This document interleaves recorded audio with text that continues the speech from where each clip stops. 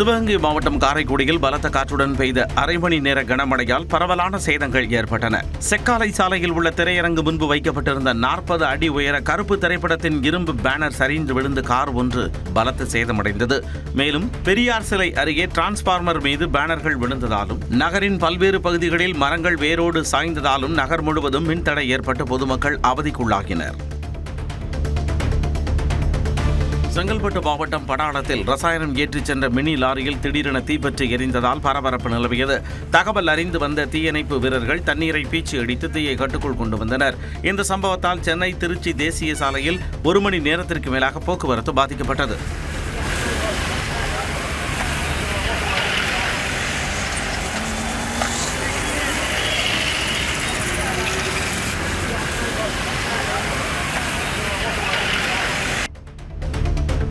சேலம் மாவட்டம் சங்ககிரி உட்கோட்டத்திற்கு உட்பட்ட பகுதிகளில் குற்ற சம்பவங்களை குறைக்கும் நோக்கில் சரித்திர பதிவேடு குற்றவாளிகளை டிஎஸ்பி சுரேஷ்குமார் எச்சரிக்கை விடுத்தார். எடப்பாடி, சங்ககிரி, பூலாம்பட்டி ஆகிய காவல் நிலையங்களுக்கு உட்பட்ட 19 குற்றவாளிகள் நேரில் வரவழைக்கப்பட்டு இந்த ஆலோசனைக் கூட்டம் நடத்தப்பட்டது. அப்பொழுது குற்றச் செயல்களை கைவிட்டு திருந்தி வாழ்பவர்களுக்கு மாற்றுத் தொழில் செய்ய ஏற்பாடு செய்து தரப்படும் என்றும் மீண்டும் குற்றங்களில் ஈடுபட்டால் கடும் நடவடிக்கை பாயும் என்றும் டிஎஸ்பி எச்சரித்தார். ராணிப்பேட்டை மாவட்டம் காரை பகுதியில் மனைவியை கல்லால் தாக்கி கொலை செய்த கணவர் கைது செய்யப்பட்டார். பெயிண்டரான ரவி சந்தேகத்தின் காரணமாக மனைவி தேவியுடன் அடிக்கடி தகராறு செய்து வந்தார். இந்த நிலையில் 10ஆம் வகுப்பு தேர்வு முடிவை காண மகள் சென்றிருந்த நேரத்தில் இருவருக்கும் இடையே மோதல் முற்றியதில் ஆத்திரமடைந்த ரவி மனைவியை கழிவறையில் தள்ளி தலையில் கல்லால் தாக்கி கொலை செய்தார். தகவல் அறிந்து சென்ற காவல்துறையினர் தேவி உடலை மீட்டு பிரேத பரிசோதனைக்கு அனுப்பியதுடன் ரவியை கைது செய்தனர். திருநெல்வேலியில் விசாரணை கைதி தப்பி ஓடிய விவகாரத்தில் 2 தலைமை காவலர்கள் பணியிடை நீக்கம் செய்யப்பட்டனர். பரப்பாடி பகுதியில் குற்ற செயலில் ஈடுபட்டதாக அலெக்ஸ் என்பவர் கைது செய்யப்பட்டார். இந்த நிலையில் நெல்லை அரசு மருத்துவமனையில் அனுமதிக்கப்பட்ட அவர் சிறுநீர் கழிக்க சென்று வருவதாக கூறிவிட்டு மருத்துவமனையிலிருந்து தப்பி ஓடியுள்ளார். இதையடுத்து பணியில் அலட்சியமாக இருந்ததாக கூறி முத்துராமலிங்கம் மற்றும் லட்சுமணன் ஆகிய 2 தலைமை காவலர்களை பணியிடை நீக்கம் செய்து மாவட்ட காவல் கண்காணிப்பாளர் பிரசன்னகுமார் உத்தரவிட்டுள்ளார். கீழ்வேலூர் அருகே வடக்கு வெளியில் இயங்கி வரும் டாஸ்மாகில் திடீரென ஏற்பட்ட தீ விபத்தில் அட்டைப்பெட்டிகள் எரிந்து சாம்பலாக்கின. நாகப்பட்டினம் மாவட்டம் கீழ்வேலூர் அருகே வடக்கு வெளியில் இயங்கி வரும் டாஸ்மாகில் திடீரென ஏற்பட்ட தீ விபத்தில் அட்டைப்பெட்டிகள் எரிந்து சாம்பலாகின. சில வாரங்களுக்கு முன்புதான் இந்த கடையை அகற்றக் கோரி பொதுமக்கள் முற்றுகை போராட்டம் நடத்தியிருந்த நிலையில் இந்த தீ விபத்து திட்டமிட்ட சதியா என்ற கோணத்தில் காவல்துறையினர் விசாரணை நடத்தி வருகின்றனர். இதனிடையே சில மணி நேரங்களிலேயே மீண்டும் கடை திறக்கப்பட்டு மது விற்பனை நடைபெற்றதால் அப்பகுதி மக்கள் அதிருப்தி அடைந்தனர். கன்னியாகுமரி மாவட்டம் நாகர்கோவில் வழியாக கேரளாவுக்கு கடத்த முயன்ற 2000 கிலோ ரேஷன் அரிசி மற்றும் கடத்தல் காரை அதிகாரிகள் 37 கிலோமீட்டர் தூரம் சினிமா பாணியில் துரத்திச் சென்று கேரள எல்லைக்குள் வைத்து பறிமுதல் செய்த சம்பவம் பரபரப்பை ஏற்படுத்தியுள்ளது. தாவேகா பெண் தொண்டர்களை இழிவாக பேசியதாக எழுந்த புகாரின் கீழ் பதிவான வழக்குகளில் முன்ஜாமீன் கோரி அரசியல் விமர்சகர் பொன்ராஜ் சென்னை உயர்நீதிமன்றத்தில் மனு தாக்கல் செய்தார். யூடியூப் நேர்காணல் ஒன்றில் தாவேகா பெண் தொண்டர்கள் குறித்து பொன்ராஜ் பேசியதற்கு எதிராக தாவேகா தலைவரும் முதலமைச்சருமான விஜய் மற்றும் அக்கட்சியின் நிர்வாகிகள் கொடுத்த புகார்களின் பேரில் சைபர் கிரைம் உள்ளிட்ட பிரிவுகளில் வழக்குகள் பதிவு செய்யப்பட்டன. இந்நிலையில் தன் மீதான குற்றச்சாட்டுகள் பொய்யானவை என்றும் பேச்சுரிமையை முடக்கும் நோக்கில் இந்த வழக்குகள் பதியப்பட்டுள்ளதாகவும் பொன்ராஜ் தனது மனுவில் குறிப்பிட்டுள்ளார்.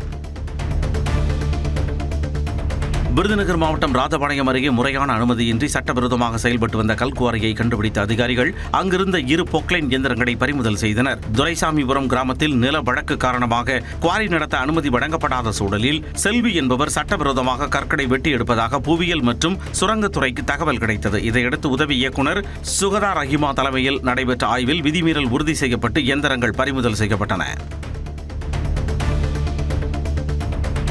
மயிலாடுதுறையில் இருந்து பேரடம் திருநள்ளாறு வழியாக காரைக்கால் செல்லும் பாதையில் 40 ஆண்டுகளுக்கு பிறகு மீண்டும் பயணிகள் ரயில் சேவை தொடங்கப்பட்டது. கடந்த 1986ஆம் ஆண்டு நிறுத்தப்பட்ட இப்பாதையில் அகல ரயில் பணிகள் முடிந்து சரக்கு ரயில்கள் மட்டுமே இயக்கப்பட்ட நிலையில் நேற்று மாலை மயிலாடுதுறையில் இருந்து வேளாங்கண்ணிக்கு பயணிகள் ரயில் புறப்பட்டுச் சென்றது. நீண்ட நாள் கனவு நனவானதை முன்னிட்டு மயிலாடுதுறை ரயில் பயணிகள் சங்கத்தினர் மற்றும் பொதுமக்கள் திரண்டு வந்து ரயில் ஓட்டுநர்கள் ஊழியர்களுக்கு சால்வை அணிவித்து மகிழ்ச்சியை வெளிப்படுத்தினர். ராணிப்பேட்டை மாவட்டம் அரக்கோணத்தில் பட்டா பெயர் மாற்றம் செய்ய 15,000 ரூபாய் லஞ்சம் வாங்கிய விஏஓ கையும் களவுமாக பிடிபட்டார். வடமாம்பாக்கம் பகுதியைச் சேர்ந்த வினோத் என்பவர் வீட்டுமனை பட்டா மாற்ற விண்ணப்பித்த பொழுது விஏஓ தணிகாச்சலம் 15,000 ரூபாய் லஞ்சம் கேட்டுள்ளார். இந்நிலையில் அரக்கோணம் வட்டாட்சியர் அலுவலகத்தில் நடந்த பிரியாணி விருந்தை முடித்துவிட்டு வந்து தணிகாச்சலம் அந்த பணத்தை பெற்றபொழுது அங்கு மறைந்திருந்த போலீசார் அவரை அதிரடியாக கைது செய்தனர். கைதான விஏஓ தணிகாச்சலம் இன்னும் 6 மாதங்களில் ஓய்வு பெறவிருந்தது குறிப்பிடத்தக்கது.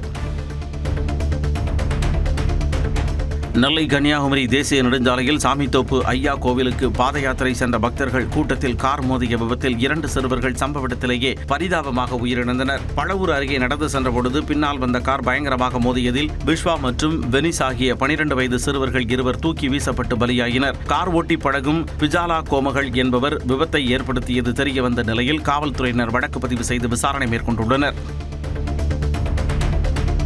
திருப்பத்தூர் மாவட்டம் ஆம்பூர் அருகே கங்கையம்மன் கோவிலில் வைகாசி திருவிழா கோலாகலமாக நடைபெற்றது. வெண்ணமங்கலம் கிராமத்தில் திருவிழாவையொட்டி பக்தர்கள் அம்மன் பூங்கரகத்தை ஏந்தியபடி முக்கிய வீதிகள் வழியாக ஊர்வலமாக சென்றனர்.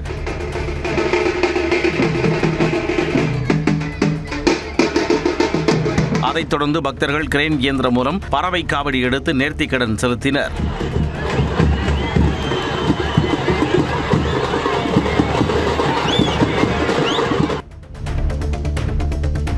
யூடியூபர் சவுக்கு சங்கருக்கு எதிரான குண்டர் சட்டம் ரத்து செய்யப்படுவதாக தெரிவித்துள்ள தமிழக அரசு அவரை உடனடியாக விடுவிக்க உத்தரவிட்டுள்ளது. தமிழ்நாடு வெளியிட்ட அரசாணையில் சவுக்கு சங்கர் தடுப்பு காவலில் வைக்கப்பட்டதற்கான காரணங்கள் குறித்த விவரங்கள் ஆலோசனை வாரியத்திடம் சமர்ப்பிக்கப்பட்டன என்றும் அது குறித்து ஆய்வு செய்த ஆலோசனை வாரியம் சவுக்கு சங்கரை தடுப்பு காவலில் வைப்பதற்கு போதுமான காரணம் இல்லை என்று அறிவித்ததாகவும் கூறப்பட்டுள்ளது. அதன்படி சவுக்கு சங்கருக்கு எதிராக பிறப்பிக்கப்பட்ட தடுப்பு காவல் உத்தரவை அரசு ரத்து செய்வதாக தெரிவித்துள்ளது.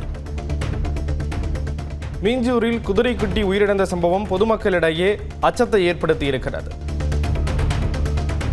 திண்டுக்கல் அருகே பிள்ளையார் நத்தம் ஸ்ரீ மகா முத்துமாரியம்மன் கோவில் வைகாசி திருவிழாவின் முக்கிய நிகழ்வாக நேற்று பூக்குடி இறங்கும் வைபவம் நடைபெற்றது.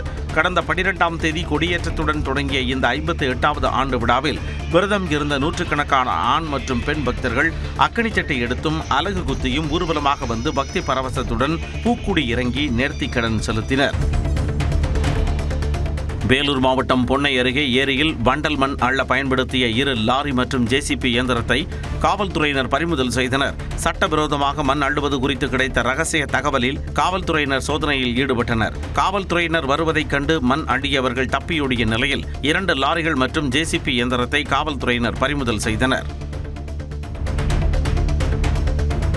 செங்கல்பட்டு மாவட்டம் திருக்கடுக்குன்றம் அருகே பாலாற்றில் குளித்த 2 பெண்கள் நீரில் மூழ்கி உயிரிழந்தனர். எறும்புலிச்சேரியைச் சேர்ந்த பிரியதர்ஷினி மற்றும் மோனிகா ஆகியோர் ஆற்றில் குளித்த பொழுது ஆழமான பகுதிக்கு சென்று நீரில் மூழ்கியதாக கூறப்படுகிறது. இருவரின் சடலத்தையும் கைப்பற்றி காவல்துறையினர் விசாரித்து வருகின்றனர். கடலூர் வீட்டில் பதுக்கி வைக்கப்பட்டிருந்த 110 கிலோ குட்காவை காவல்துறையினர் பறிமுதல் செய்தனர். தேவனாம்பட்டினத்தில் கார்த்திக் ராஜா என்பவரது வீட்டில் போதைப்பொருள் பதுக்கி வைத்திருப்பதாக கிடைத்த தகவலின் பேரில் அங்கு காவல்துறையினர் சோதனை நடத்தினர். அப்பொழுது 10 மூட்டைகளில் இருந்த குட்காவை பறிமுதல் செய்தனர். இது தொடர்பாக கார்த்திக் ராஜ், பெட்டிக்கடை உரிமையாளர் அருள்தாஸ், அவரது மனைவி கலைவாணி, வினோத் ஆகியோர் கைது செய்யப்பட்டனர்.